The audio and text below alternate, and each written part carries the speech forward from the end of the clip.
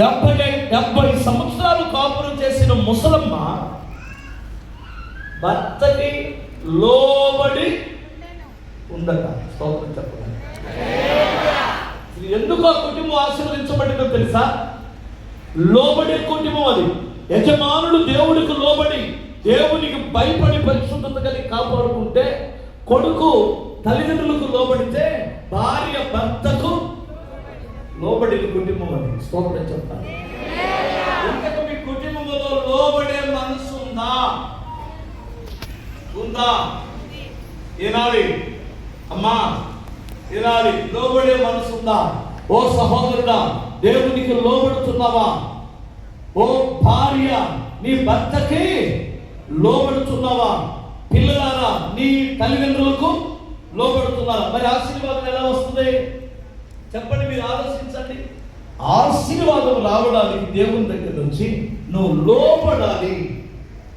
భార్య అయితే భర్తకు లోబడాలి, భర్త అయితే దేవుడికి లోబడాలి, పిల్లలైతే తల్లిదండ్రులకి లోబడాలి. హల్లెలూయా చెప్పగలరా? సహోదరుడు కూడా దైవజనుడికి లోబడాలి. దైవజనుడికి లోబడాలండి. లోబడకపోతే ఎలా? గొర్రెలు కాపరికి లోబడతాయి కదా, మరి అలా లోబడినప్పుడు ఎలా ఆశీర్వదించబడతావు? ఖచ్చితంగా లోబడాలి. రెండో విషయం చూస్తాను మీకు. హల్లెలూయా చెప్పగలరా? 133వ కీర్తన. ఇదంతా మీకు తెలుసు కదా. సహోదరులు ఐక్యత కలిగి నివసించుట ఎంత మేలు, ఎంత మనోహరం, ఎంత మనోహరము. అది అహరోను తల మీద పొయ్యబడి తన గడ్డం మీదుగా అంగీల అంచులు ఒడ్డుకు దిగజారిన పరిమళ తైలముల ఉండును. అక్కడ సియోను కొండ మీదకు దిగవచ్చు హెర్మోను మంచు వలె ఉండును. అక్కడ ఆశీర్వాదము, శాశ్వత జీవము ఉండవలెనని యెహోవా సెలవిచ్చి ఉన్నాడు. చప్పట్లు కొట్టండి ఒకసారి.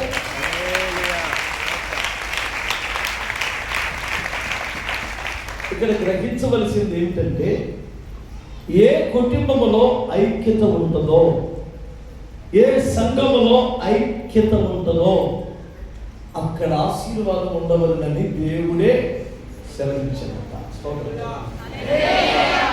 ఇప్పుడు మనకి ఒక్కసారి ఆలోచించండి, కుటుంబంలో సమాధానం ఉందా? లేదు. ఏంటన్నా? భార్యాభర్తల మధ్యలో సమాధానం ఉందా?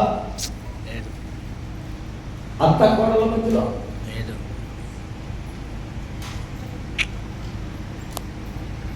ఇవి అడగాలన్నా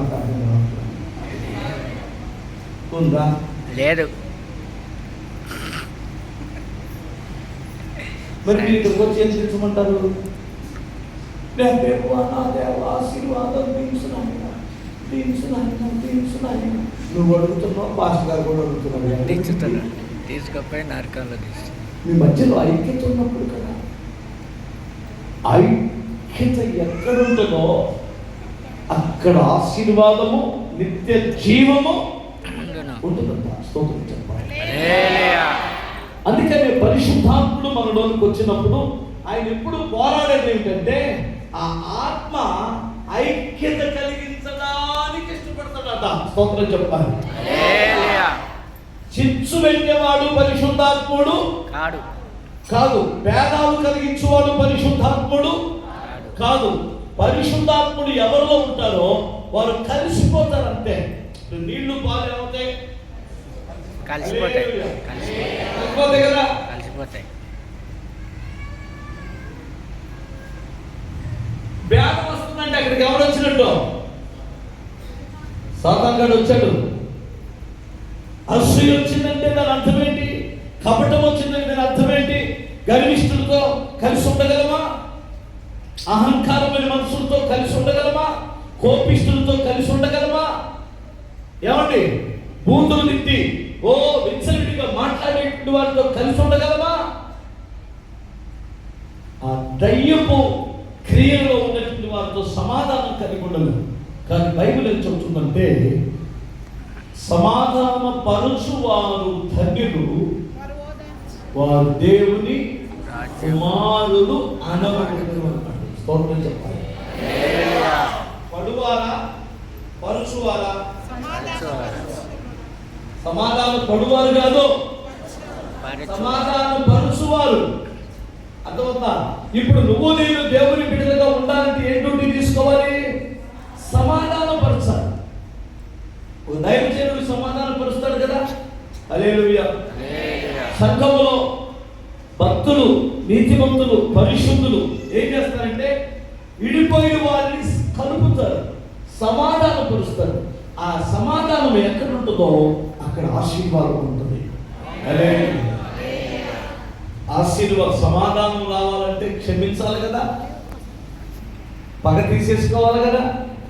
ఆశీర్వాదమునకు వారసులగుటకు పిలువబడుతుంది కనుక దోషులకు ప్రతి దోషునైనను, ఏమండి, కీడుకు ప్రతి కీడైనను దోషులకు ప్రతి దోషునైనను చెయ్యక మరి ఏం చేయాలి? దీవించాలంటాడు. హల్లెలూయా. ఇప్పుడు ఇంటికి వెళ్ళిన వెంటనే ఇందాక మీరు ఆశీర్వాదం కావాలని కదా చేతులు ఎత్తారు. మనకు ఒకసారి ఆశీర్వదించే చేతులు ఎత్తారా? ఆశీర్వదించే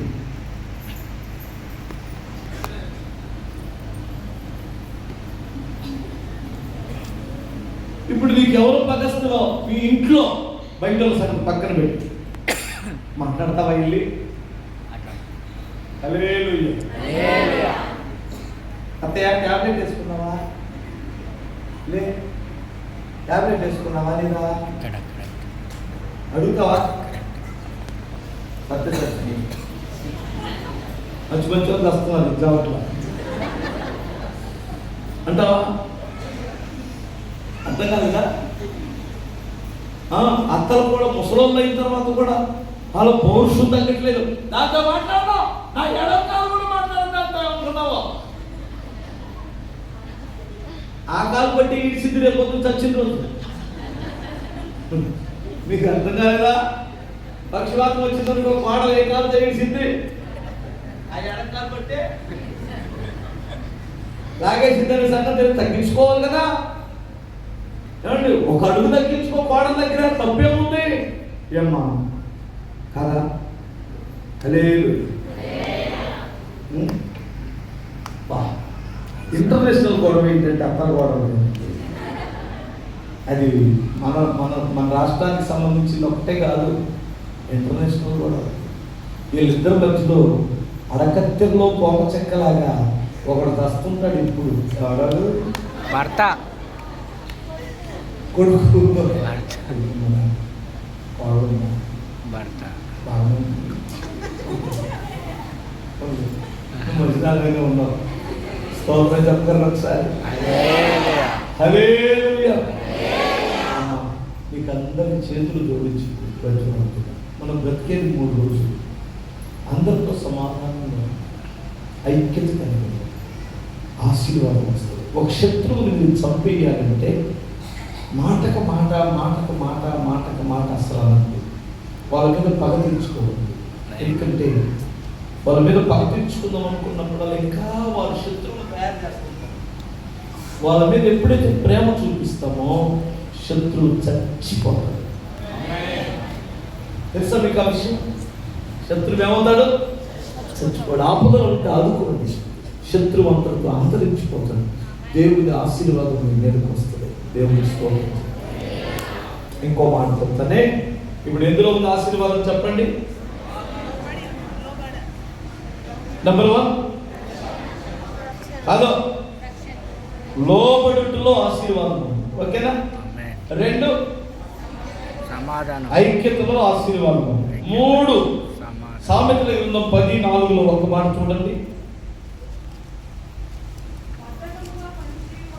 బద్ధకముగా పనిచేయువాడు దరిద్రుడగును, శ్రద్ధ గలవాడు ఐశ్వర్యవంతుడగును. చాలమ్మా, చాలా వాక్యాలు ఉన్నాయి. స్తోత్రం చెప్పాలి ఒకసారి.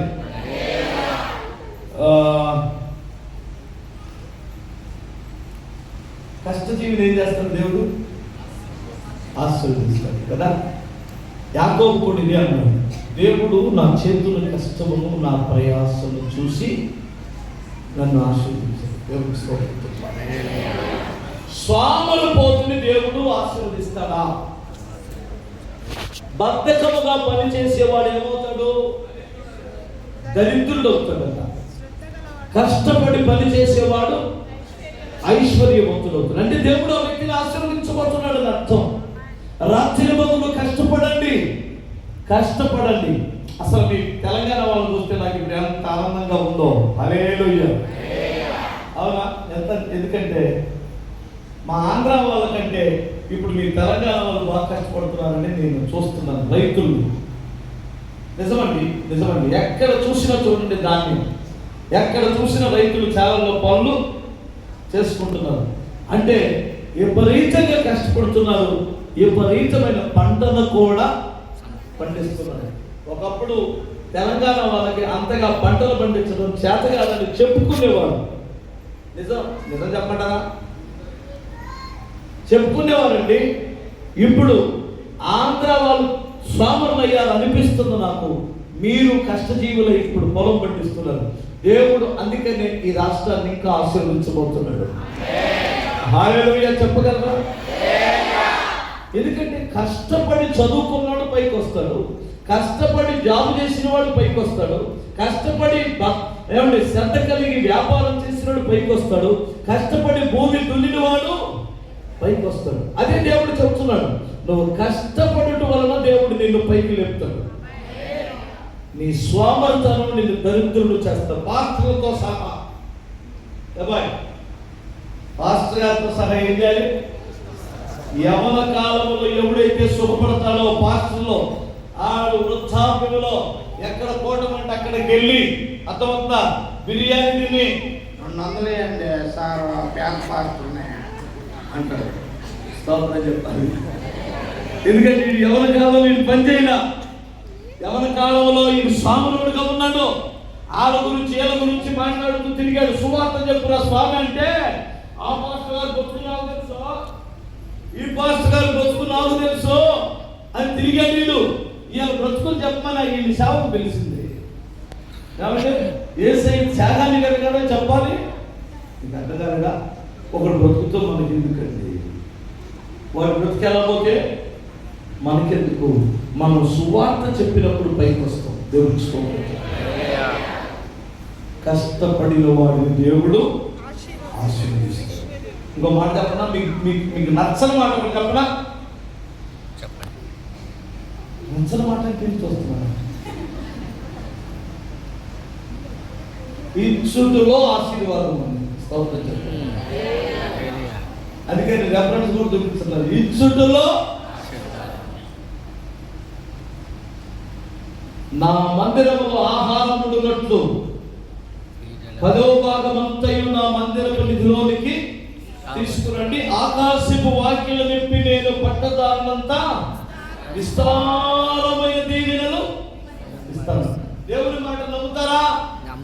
ఇచ్చుటలో ఆశీర్వాదం. ఒకప్పుడు మన అమ్మమ్మలో మన నాన్నమ్మలో ఓడుగుడి పెడితే కూడా దేవుని మందిరాన్ని తీసుకొచ్చేవారు. పొట్లకాయ కాస్తే మందిరాన్ని తీసుకొచ్చేవారు. సొరకాయ కాస్తే మందిరాన్ని తీసుకొచ్చారు. బీరకాయ కాస్తే కూడా తీసుకొని వచ్చారు. అవునా కాదా?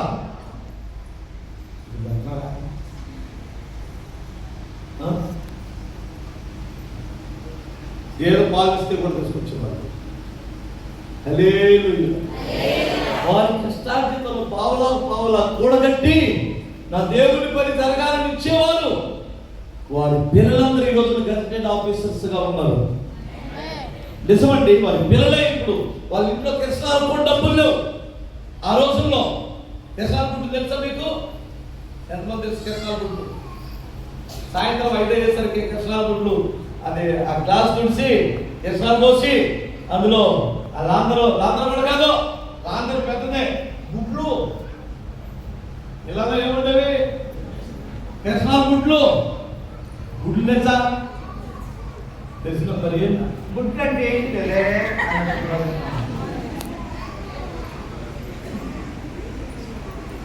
మా అమ్మ అయితే తెల్లారినా కొద్దిగా కృష్ణాలు ఎరిగితే కృష్ణాలు అయిపోయిందని అన్నం నేను పడుకోగానే ఆర్పేస్తుంది. 7:30 8 కల్లా పడుకున్నాను. అంత కూడా ఉండేది కాదు, నాకు తెలియదు అసలు. పడుకోగానే రే నానా గుడ్డారు చెప్పు అని మేము బయట పడుకుంటాం. ఆరిపోయిట గుడ్డ ఆరిపేసి రమ్మంటే నాకు గుడ్డ ఆరిపోయిన బాగా ఉంది, కానీ గుడ్డ ఆరిపేసి వచ్చేటప్పుడు భయం. అందుకని మా తమ్ముడు రమ్మన్నారు, అదే ఇది కూడా ఇద్దరు ఆరిపేసి వద్దాం అంటే నేను రాను నువ్వు అని వాడు ఎన్నిక తిరిగి చూడకుండా వచ్చానమ్మా అని. మళ్ళీ ఏ దయ్యం వచ్చిందో చీకట్లో దయ్యాలు వస్తే భయం కదా.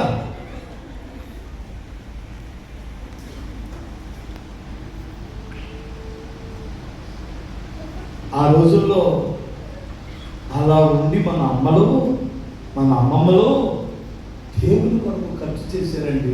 అందుకని కదా ఈ రోజుల్లో మనం ఇలా ఉన్నాం.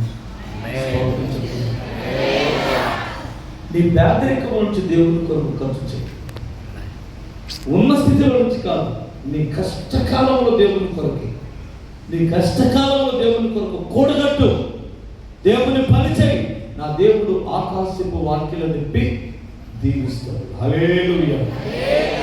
ఇప్పుడు నేను ఏం చెప్పాను? నెంబర్ 1 లోబడుటలో ఆశీర్వాదం. నెంబర్ 2 ఐక్యత కలిగి ఉండుటలో ఆశీర్వాదం ఉంది. నెంబర్ 3 కష్టపడుటలో ఆశీర్వాదం ఉంది.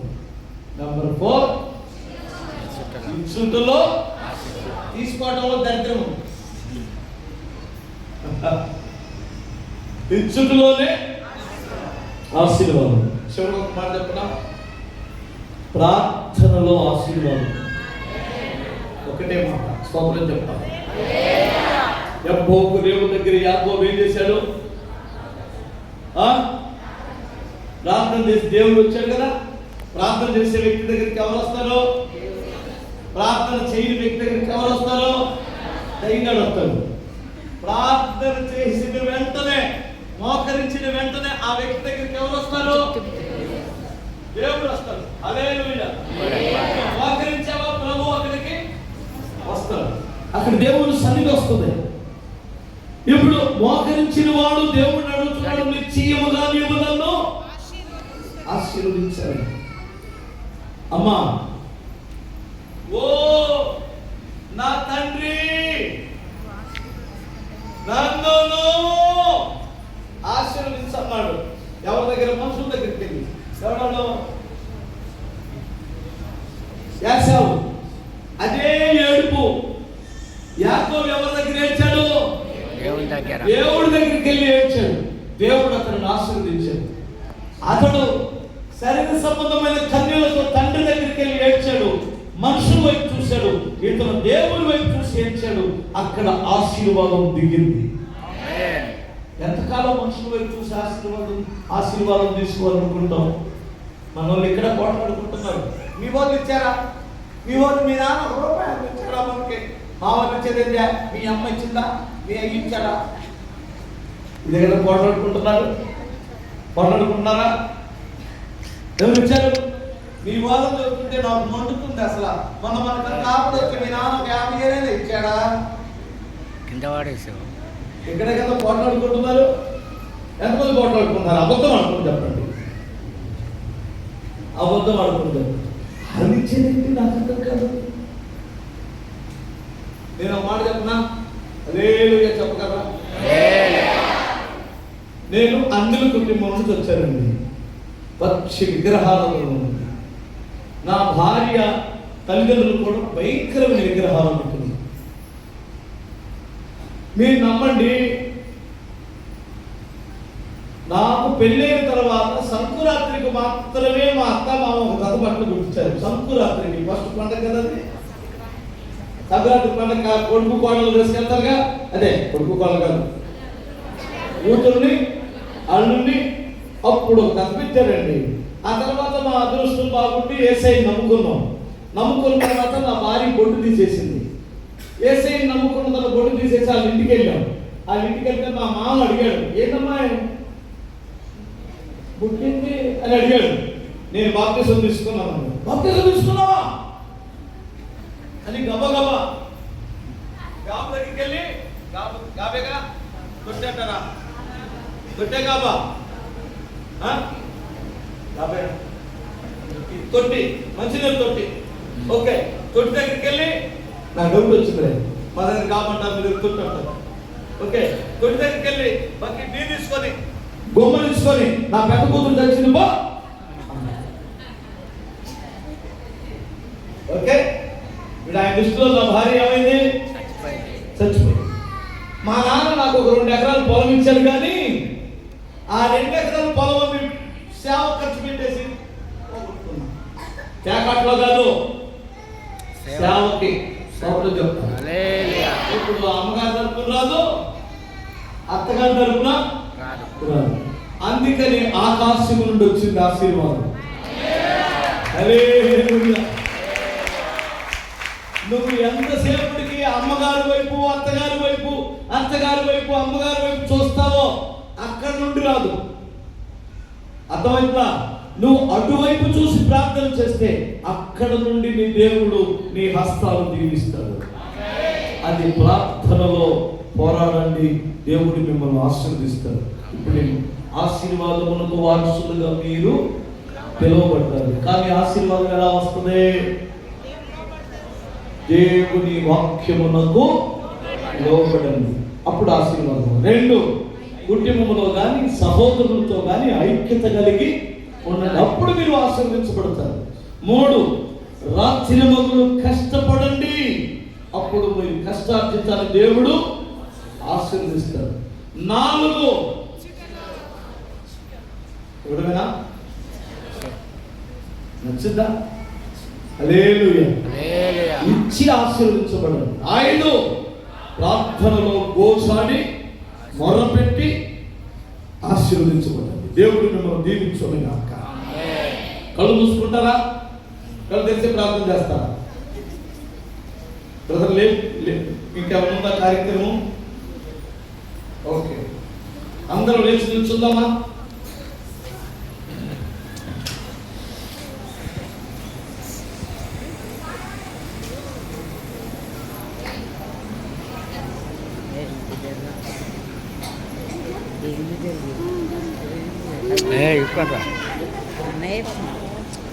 అందరూ దయచేసి కళ్ళు మూసుకుందాం, ప్రార్థన చేసుకుందాం.